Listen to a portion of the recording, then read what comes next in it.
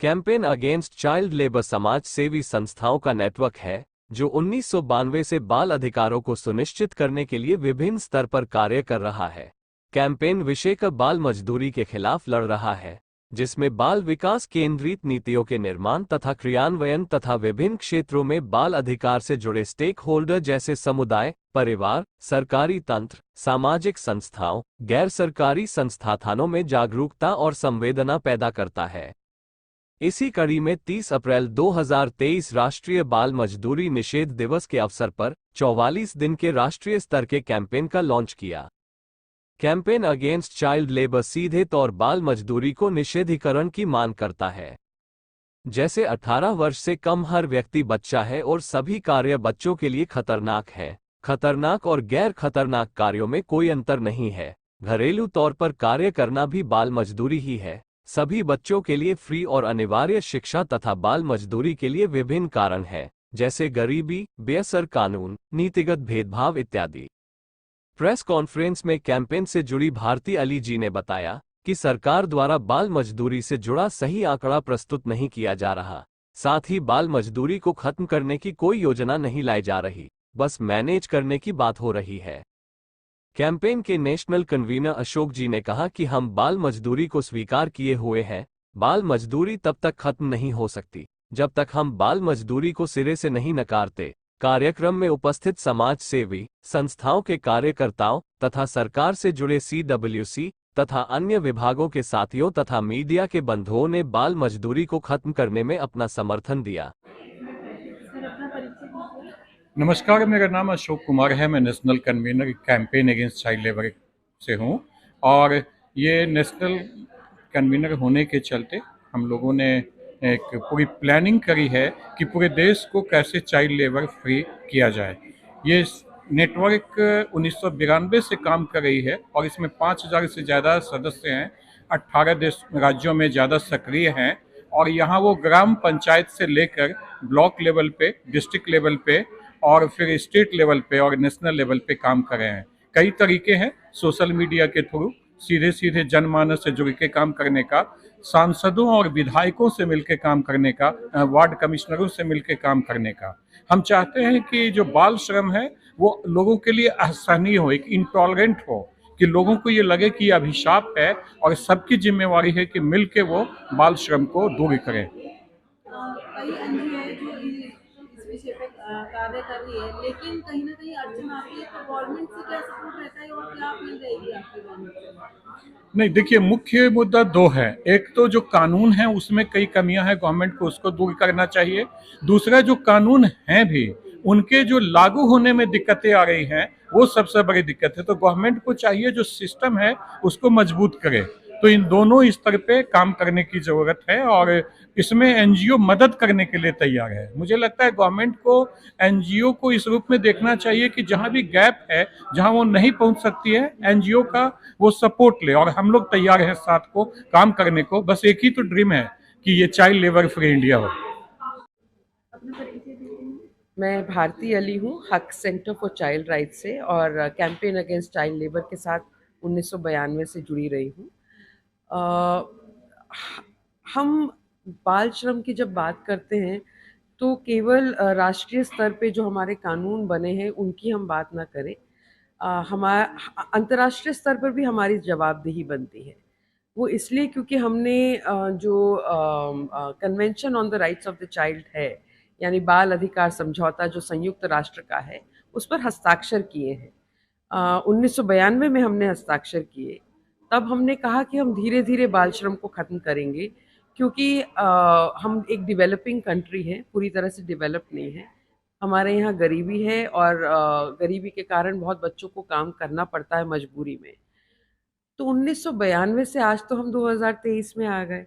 क्या वो सफ़र हम आज तक तय नहीं कर पाए हैं और कब तक नहीं तय कर पाएंगे? ये सवाल सरकारों को खुद से भी पूछना है और हम भी सरकारों से पूछना शुरू करें।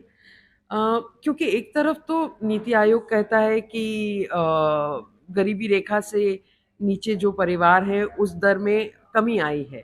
वर्ल्ड बैंक की रिपोर्ट भी यही कहती है, यूएनडीपी की रिपोर्ट भी यही कह रही है कि इंडिया में भारत में अब जो है गरीबी दर जो है वो कम हुआ है। तो अगर वो दर कम हुआ है तो अब हम किस बिना पे ये कहते चले जा रहे हैं कि बच्चे जो है श्रम में जाएंगे और हम जो है फिलहाल कुछ उसके बारे में नहीं कर पाएंगे। हम कब तक, कितना और समय चाहते हैं, ये हमारा सवाल है। दूसरी चीज़ ये है कि आंकड़ों का एक बहुत बड़ा खेल खेला जा रहा है। पहले अभी भी मांगने पर ही आपको मिनिस्ट्री से ये डेटा मिल पाता है, और पार्लियामेंटेरियंस के, एमपीज के माध्यम से हम समय समय पे ये सवाल उठवाते रहते हैं पार्लियामेंट में, जहाँ डेटा मिल सके कि भाई कितने बच्चे हैं जो बाल श्रम में हैं, कितने बच्चों को आप रेस्क्यू कर रहे हैं, कितनी फैक्ट्रियों पर आप ताला लगा रहे हैं या उनके खिलाफ कोई एक्शन ले रहे हैं जहाँ बाल श्रम पाया गया। उस तरह का डेटा मिलना बहुत मुश्किल है जब तक पार्लियामेंट में सवाल ना खड़ा हो। फिर जब वो डेटा आता है तो आप देखते हैं कि वो डेटा और जो पुलिस का डेटा है वो मैच नहीं करता। पुलिस वो डेटा रखता है कि कितने केस दर्ज किए गए चाइल्ड लेबर के कानून में। पहले 2014 तक तो ये डेटा आपको पुलिस देती ही नहीं थी। 2016 के बाद एनसीआरबी ने ये डेटा देना शुरू किया कि चाइल्ड लेबर के कानून में कितने केस दर्ज होते हैं। आप अगर अंतर देखेंगे तो कई सौ हजारों का अंतर है।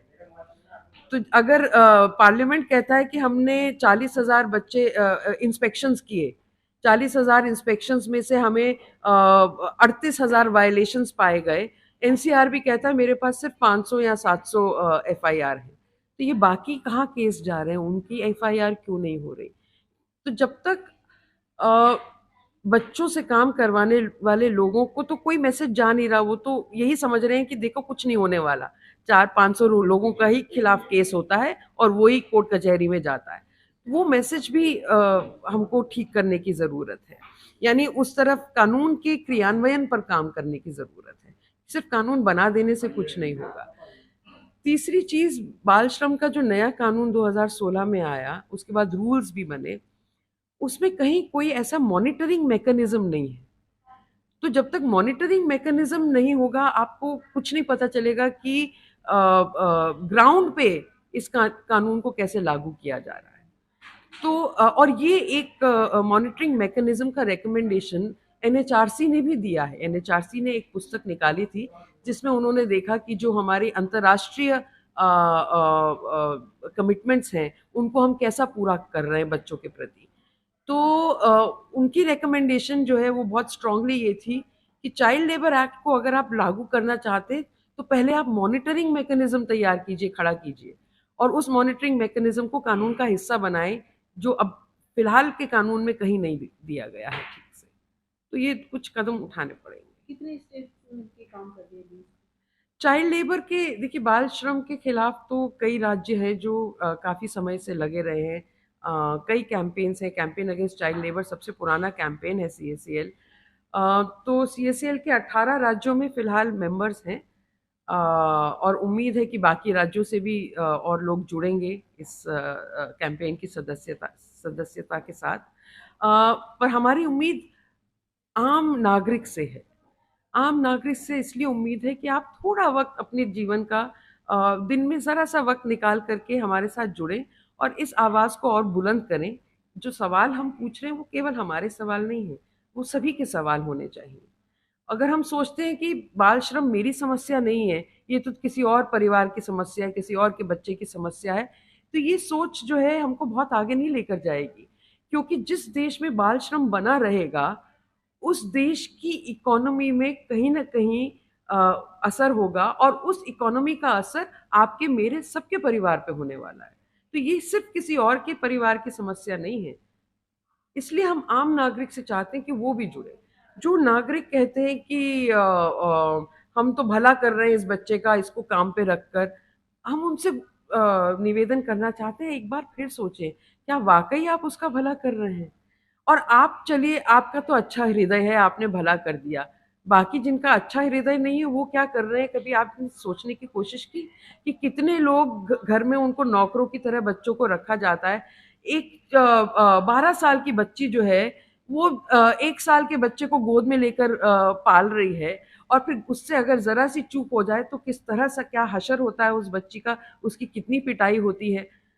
तो आम नागरिक से हमारी ये अनुरोध है कि सोचना शुरू करें। जैसे आपका बच्चा है वो भी किसी का बच्चा है। तो सिर्फ आपके और हम पब्लिक के सोचने से कुछ हो सकता है कि मतलब उसमें तो प्रशासन भी कहीं ना कहीं शामिल होना पड़ता है ना, प्रशासन को। बिल्कुल प्रशासन को शामिल होना पड़ेगा। तो प्रशासन की तो जवाबदेही है ही। प्रशासन को मुफ्त और अनिवार्य शिक्षा हर बच्चे को 18 साल तक देनी ही चाहिए। ये प्रशासन की सबसे प्राथमिक जिम्मेदारी है, ताकि बच्चे शिक्षा से जुड़े, श्रम से नहीं। दूसरी जिम्मेदारी नागरिकों की भी है कि डिमांड और सप्लाई होती है ना, बाल श्रम, श्रम की जब भी बात होगी डिमांड की और सप्लाई की बात होगी। डिमांड उन लोगों से आ रही है जो हम जैसे लोग हैं। हमें चाहिए बच्चे, क्योंकि हम उनसे कम दर पे कम और ज्यादा घंटों तक काम करवा के उन मुनाफा बना सकते हैं। तो डिमांड साइड को भी जवाबदेही नहीं होगी। दिल्ली से इंडिया वन टीवी के लिए योगिता शर्मा की रिपोर्ट।